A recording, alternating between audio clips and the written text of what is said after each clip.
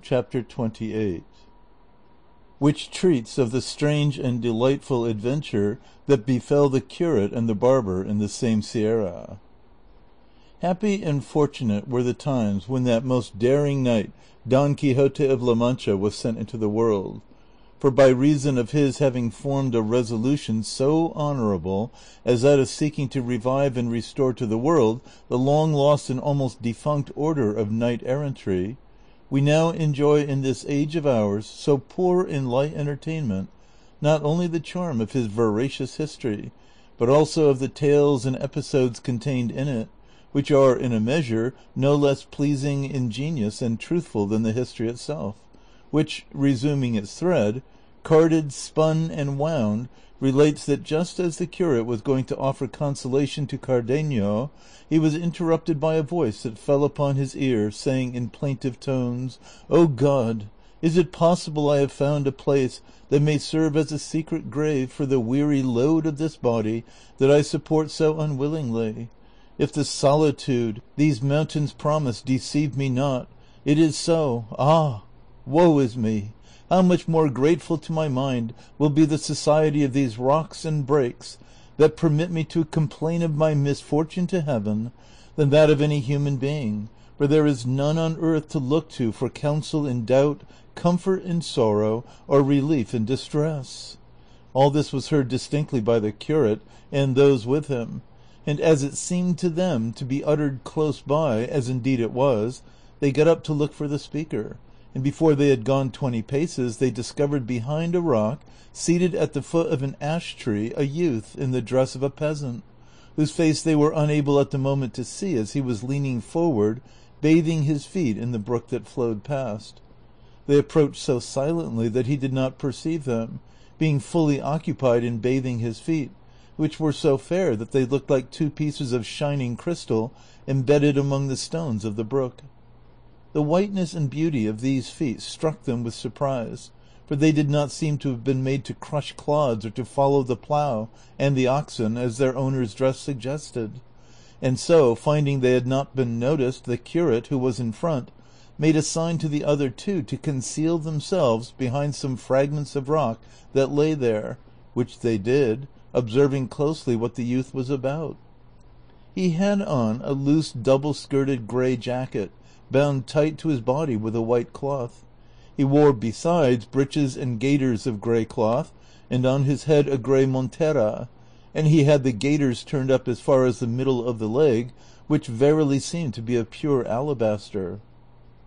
As soon as he had done bathing his beautiful feet, he wiped them with a towel he took from under the montera, on taking off which he raised his face, and those who were watching him had an opportunity of seeing a beauty so exquisite that Cardenio said to the curate in a whisper, "As this is not Luscinda, it is no human creature but a divine being." The youth then took off the montera, and shaking his head from side to side, there broke loose and spread out a mass of hair that the beams of the sun might have envied. By this they knew that what had seemed a peasant was a lovely woman, nay, the most beautiful the eyes of 2 of them had ever beheld, or even Cardenio's if they had not seen and known Luscinda, for he afterwards declared that only the beauty of Luscinda could compare with this. The long auburn tresses not only covered her shoulders, but such was their length and abundance, concealed her all round beneath their masses, so that except the feet nothing of her form was visible. She now used her hands as a comb, and if her feet had seemed like bits of crystal in the water, her hands looked like pieces of driven snow among her locks, all which increased not only the admiration of the 3 beholders, but their anxiety to learn who she was. With this object they resolved to show themselves, and at the stir they made in getting upon their feet, the fair damsel raised her head, and parting her hair from before her eyes with both hands, she looked to see who had made the noise, and the instant she perceived them she started to her feet, and without waiting to put on her shoes or gather up her hair, hastily snatched up a bundle as though of clothes that she had beside her, and, scared and alarmed, endeavored to take flight. But before she had gone 6 paces she fell to the ground, her delicate feet being unable to bear the roughness of the stones.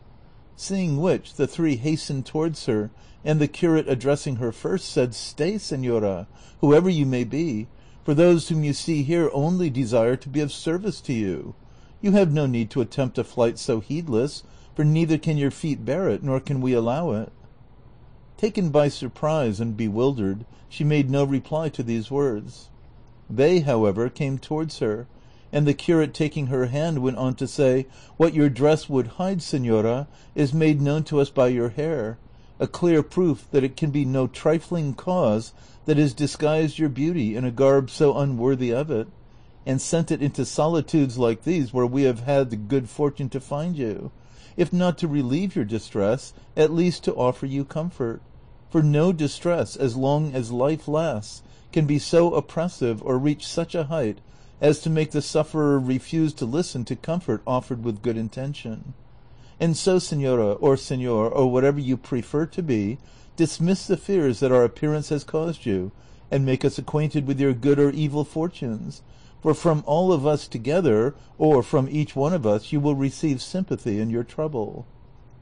While the curate was speaking, the disguised damsel stood as if spellbound, looking at them without opening her lips or uttering a word, just like a village rustic to whom something strange that he has never seen before has been suddenly shown.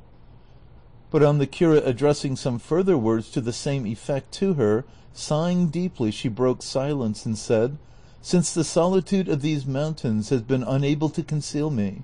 and the escape of my dishevelled tresses will not allow my tongue to deal in falsehoods, it would be idle for me now to make any further pretense of what, if you were to believe me, you would believe more out of courtesy than for any other reason. This being so, I say I thank you, sirs, for the offer you made me, which places me under the obligation of complying with the request you have made of me, though I fear the account I shall give you of my misfortunes will excite in you as much concern as compassion, for you will be unable to suggest anything to remedy them, or any consolation to alleviate them. However, that my honor may not be left a matter of doubt in your minds, now that you have discovered me to be a woman, and see that I am young, alone, and in this dress, things that taken together or separately would be enough to destroy any good name, I feel bound to tell what I would willingly keep secret if I could." All this she who was now seen to be a lovely woman delivered without any hesitation, with so much ease and in so sweet a voice that they were not less charmed by her intelligence than by her beauty. And as they again repeated their offers and entreaties to her to fulfill her promise, she without further pressing, first modestly covering her feet and gathering up her hair, seated herself on a stone with the three placed around her, and, after an effort to restrain some tears that came to her eyes, in a clear and steady voice began her story thus: "In this Andalusia there is a town from which a duke takes a title which makes him one of those that are called Grandes of Spain. This nobleman has two sons, the elder heir to his dignity and apparently to his good qualities, the younger heir to I know not what, unless it be the treachery of Vellido and the falsehood of Ganelon. My parents are this lord's vassals, lowly in origin, but so wealthy that if birth had conferred as much on them as fortune, they would have had nothing left to desire, nor should I have had reason to fear trouble like that in which I find myself now. For it may be that my ill fortune came of theirs in not having been nobly born. It is true they are not so low that they have any reason to be ashamed of their condition, but neither are they so high as to remove from my mind the impression that my mishap comes of their humble birth. They are, in short, peasants, plain homely people, without any taint of disreputable blood, and, as the saying goes, old rusty Christians, but so rich that by their wealth and free-handed way of life they are coming by degrees to be considered gentlefolk by birth, and even by position, though the wealth and nobility they thought most of was having me for their daughter, and as they have no other child to make their heir, and are affectionate parents, I was one of the most indulged daughters that ever parents indulged. I was the mirror in which they beheld themselves, the staff of their old age, and the object in which, with submission to heaven, all their wishes centered, and mine were in accordance with theirs, for I knew their worth. and as I was mistress of their hearts, so was I also of their possessions. Through me they engaged or dismissed their servants. Through my hands passed the accounts and returns of what was sown and reaped, the oil mills, the wine presses, the count of the flocks and herds, the beehives, all, in short, that a rich farmer like my father has or can have, I had under my care. And I acted as steward and mistress with an assiduity on my part and satisfaction on theirs that I cannot well describe to you. The leisure hours left to me after I had given the requisite orders to the shepherds, headmen, and laborers, I passed in such employments as are not only allowable but necessary for young girls, those that the needle, embroidery cushion, and spinning wheel usually afford. And if to refresh my mind I quitted them for a while, I found recreation in reading some devotional book or playing the harp, for experience taught me that music soothes the troubled mind and relieves weariness of spirit. Such was the life I led in my parents' house, and if I have depicted it thus minutely, it is not out of ostentation or to let you know that I am rich, but that you may see how, without any fault of mine, I have fallen from the happy condition I have described to the misery I am in at present. The truth is, that while I was leading this busy life, in a retirement that might compare with that of a monastery, and unseen as I thought by any except the servants of the house, for when I went to mass it was so early in the morning, and I was so closely attended by my mother and the women of the household, and so thickly veiled and so shy, that my eyes scarcely saw more ground than I trod on. In spite of all this, the eyes of love, or idleness more properly speaking, that the lynxes cannot rival, discovered me, with the help of the assiduity of Don Fernando, for that is the name of the younger son of the duke I told you of. The moment the speaker mentioned the name of Don Fernando, Cardenio changed color and broke into a sweat, with such signs of emotion that the curate and the barber who observed it feared that one of the mad fits which they heard attacked him sometimes was coming upon him. But Cardenio showed no further agitation and remained quiet, regarding the peasant girl with fixed attention, for he began to suspect who she was. She, however, without noticing the excitement of Cardenio, continuing her story, went on to say, "And they had hardly discovered me when, as he owned afterwards, he was smitten with a violent love for me, as the manner in which it displayed itself plainly showed.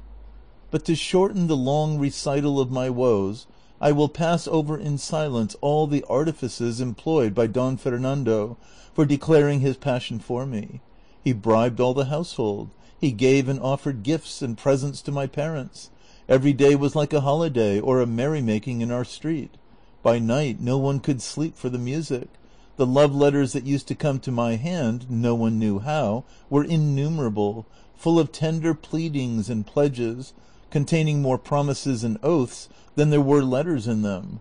all which not only did not soften me, but hardened my heart against him, as if he had been my mortal enemy, and as if everything he did to make me yield were done with the opposite intention.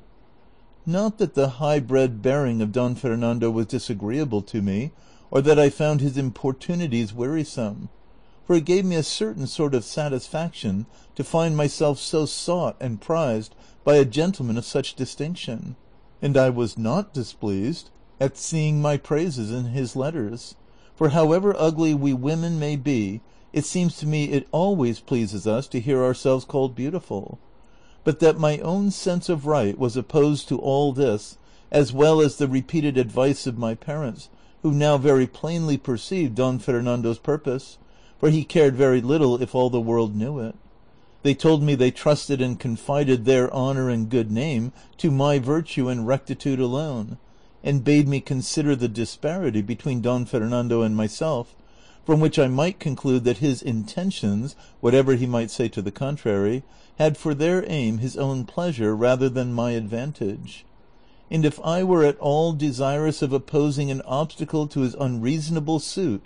they were ready, they said, to marry me at once to any one I preferred, either among the leading people of our own town or of any of those in the neighborhood, for with their wealth and my good name a match might be looked for in any quarter. This offer and their sound advice strengthened my resolution, and I never gave Don Fernando a word in reply that could hold out to him any hope of success, however remote. All this caution of mine, which he must have taken for coyness, had apparently the effect of increasing his wanton appetite, for that is the name I give to his passion for me. Had it been what he declared it to be, you would not know of it now, because there would have been no occasion to tell you of it.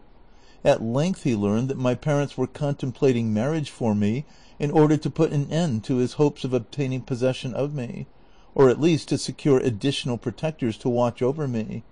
and this intelligence or suspicion made him act as you shall hear. One night, as I was in my chamber with no other companion than a damsel who waited on me, with the doors carefully locked lest my honor should be imperiled through any carelessness, I know not nor can I conceive how it happened, but with all this seclusion and these precautions, and in the solitude and silence of my retirement, I found him standing before me, a vision that so astounded me that it deprived my eyes of sight and my tongue of speech. I had no power to utter a cry, nor, I think, did he give me time to utter one, as he immediately approached me, and taking me in his arms, for, overwhelmed as I was powerless, I say, to help myself, he began to make such professions to me that I knew not how falsehood could have had the power of dressing them up to seem so like truth, and the traitor contrived that his tears should vouch for his words, and his sighs for his sincerity. I, a poor young creature, the only daughter of the house, ill-versed in such things, began, I know not how, to think all these lying protestations true, though without being moved by his sighs and tears to anything more than pure compassion. And so, as the first feeling of bewilderment passed away, and I began in some degree to recover myself, I said to him with more courage than I thought I could have possessed, "If, as I am now in your arms, senor, I were in the claws of a fierce lion, and my deliverance could be procured by doing or saying anything to the prejudice of my honor, it would no more be in my power to do it or say it than it would be possible that what was should not have been. So then, if you hold my body clasped in your arms, I hold my soul secured by virtuous intentions, very different from yours, as you will see, if you attempt to carry them into effect by force. I am your vassal, but I am not your slave. Your nobility neither has nor should have any right to dishonor or degrade my humble birth. And low-born peasant as I am, I have my self-respect as much as you, a lord and gentleman.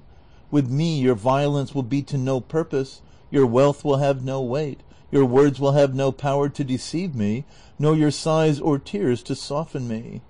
Were I to see any of the things I speak of in him whom my parents gave me as a husband, his will should be mine, and mine should be bounded by his. And my honor being preserved, even though my inclinations were not gratified, I would willingly yield him what you, senor, would now obtain by force. And this I say, lest you should suppose that any but my lawful husband shall ever win anything of me." "If that," said this disloyal gentleman, "be the only scruple you feel, fairest Dorothea, for that is the name of this unhappy being, see here, I give you my hand to be yours, and let heaven from which nothing is hid, and this image of Our Lady you have here be witnesses of this pledge." When Cardenio heard her say she was called Dorothea, he showed fresh agitation, and felt convinced of the truth of his former suspicion. But he was unwilling to interrupt the story, and wished to hear the end of what he already all but knew, so he merely said, "What? Is Dorothea your name, senora? I have heard of another of the same name who can perhaps match your misfortunes. But proceed. By and by I may tell you something that will astonish you as much as it will excite your compassion." Dorothea was struck by Cardenio's words as well as by his strange and miserable attire, and begged him, if he knew anything concerning her, to tell it to her at once, for if fortune had left her any blessing it was courage to bear whatever calamity might fall upon her, as she felt sure in her own mind that none could reach her capable of increasing in any degree what she endured already. "I would not let the occasion pass, senora," replied Cardenio, "of telling you what I think, if what I suspect were the truth, but so far there has been no opportunity, nor is it of any importance to you to know it." "Be it as it may," replied Dorothea, "to go on with my story." Don Fernando, taking an image that stood in the chamber, placed it as a witness of our betrothal, and with the most binding words and extravagant oaths gave me his promise to become my husband, though before he had made an end of pledging himself, I bade him consider well what he was doing, and think of the anger his father would feel at seeing him married to a peasant girl and one of his vassals. I told him not to let my beauty, such as it was, blind him, for that was not enough to furnish an excuse for his transgression, and if in the love he bore me he wished to do me any kindness, it would be to leave my lot to follow its course at the level my condition required. For marriages so unequal never brought happiness, nor did they continue long to afford the enjoyment they began with. All this that I have now repeated I said to him, and much more which I cannot recollect, but it had no effect in inducing him to trouble himself about difficulties when he is striking the bargain. At the same time I argued the matter briefly in my own mind, saying to myself, I shall not be the first who has risen through marriage from a lowly to a lofty station, nor will Don Fernando be the first whom beauty, or as is more likely, a blind attachment, has led to mate himself below his rank. Then, since I am introducing no new usage or practice, I may as well avail myself of the honor that chance offers me, for even though his inclination for me should not outlast the attainment of his wishes, I shall be after all his wife before God,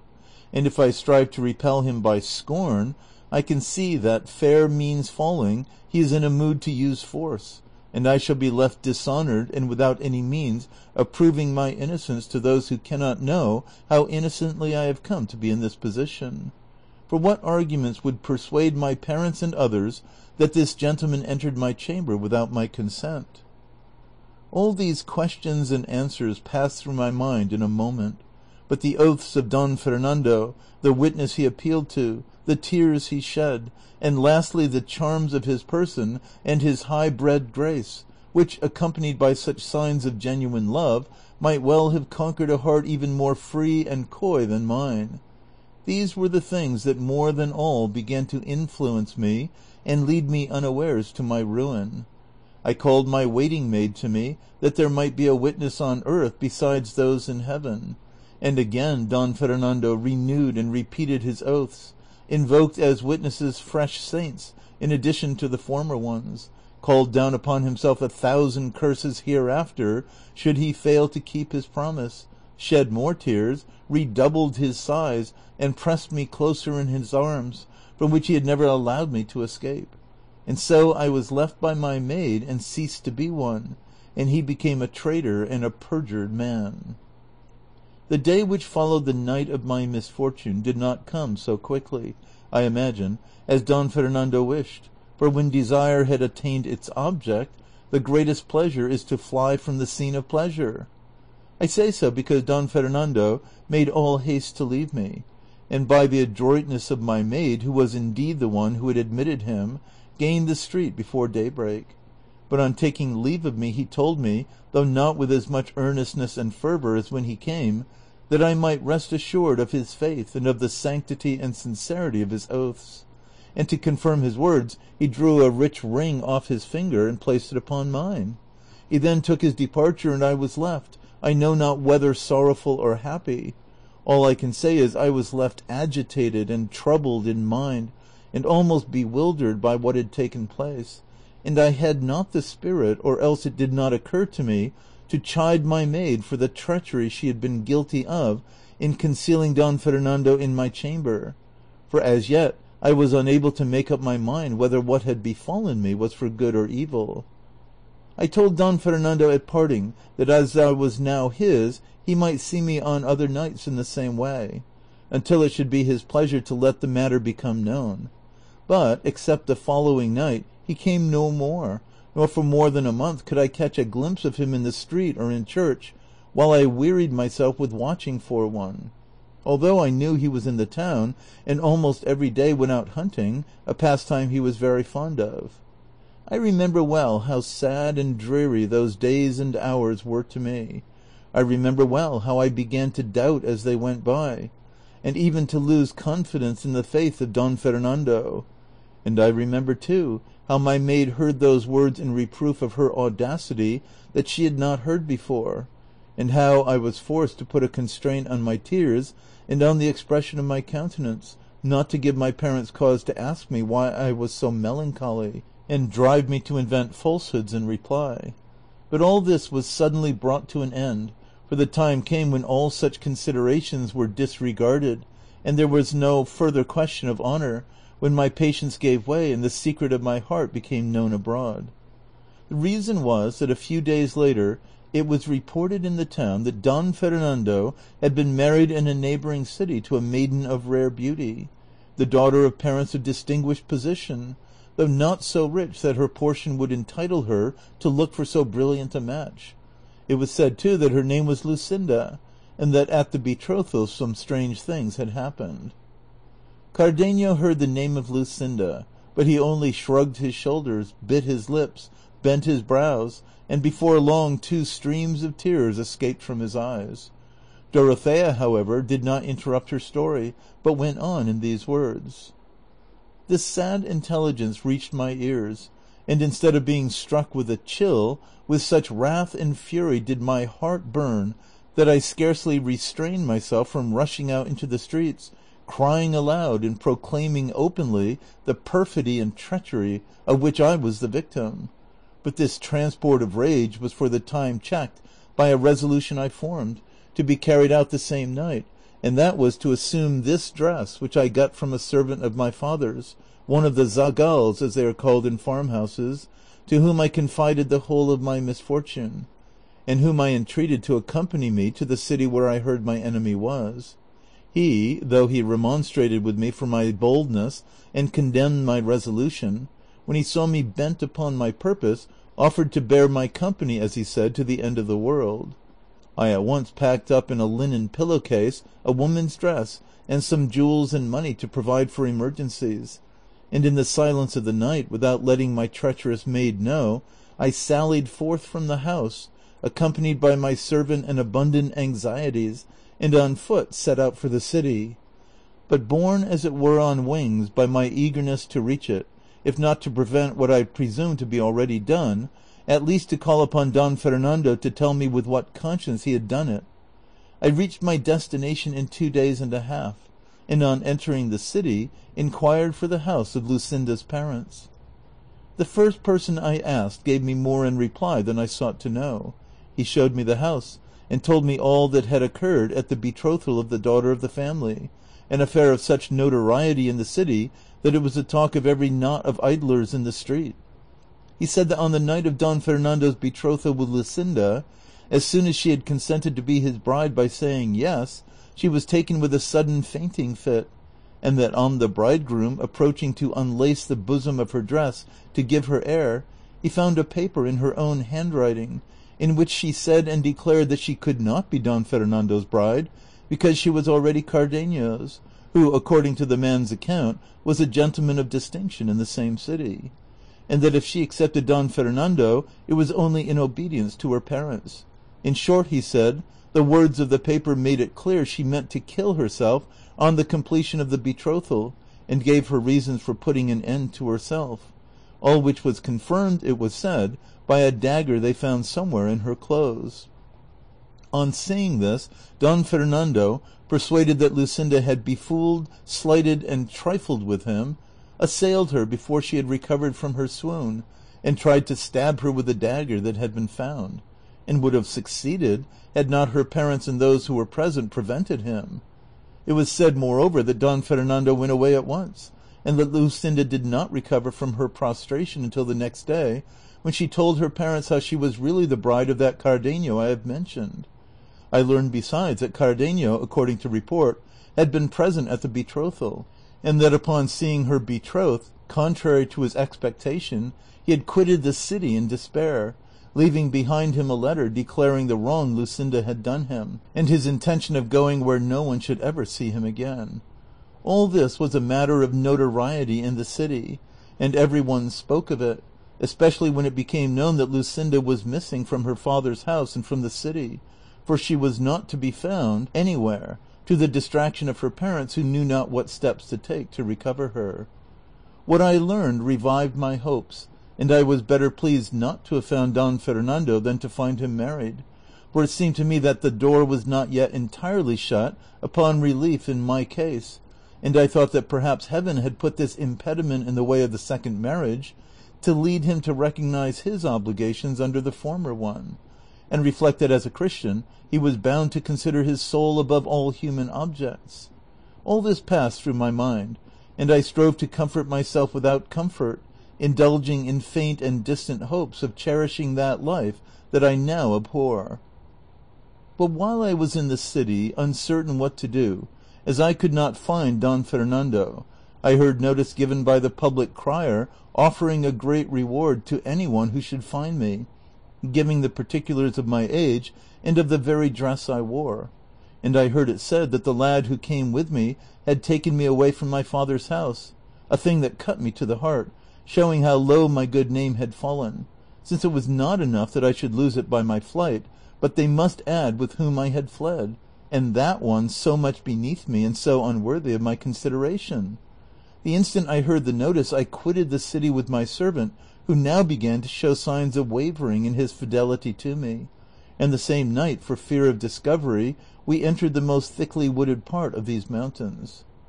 But, as is commonly said, one evil calls up another, and the end of one misfortune is apt to be the beginning of one still greater,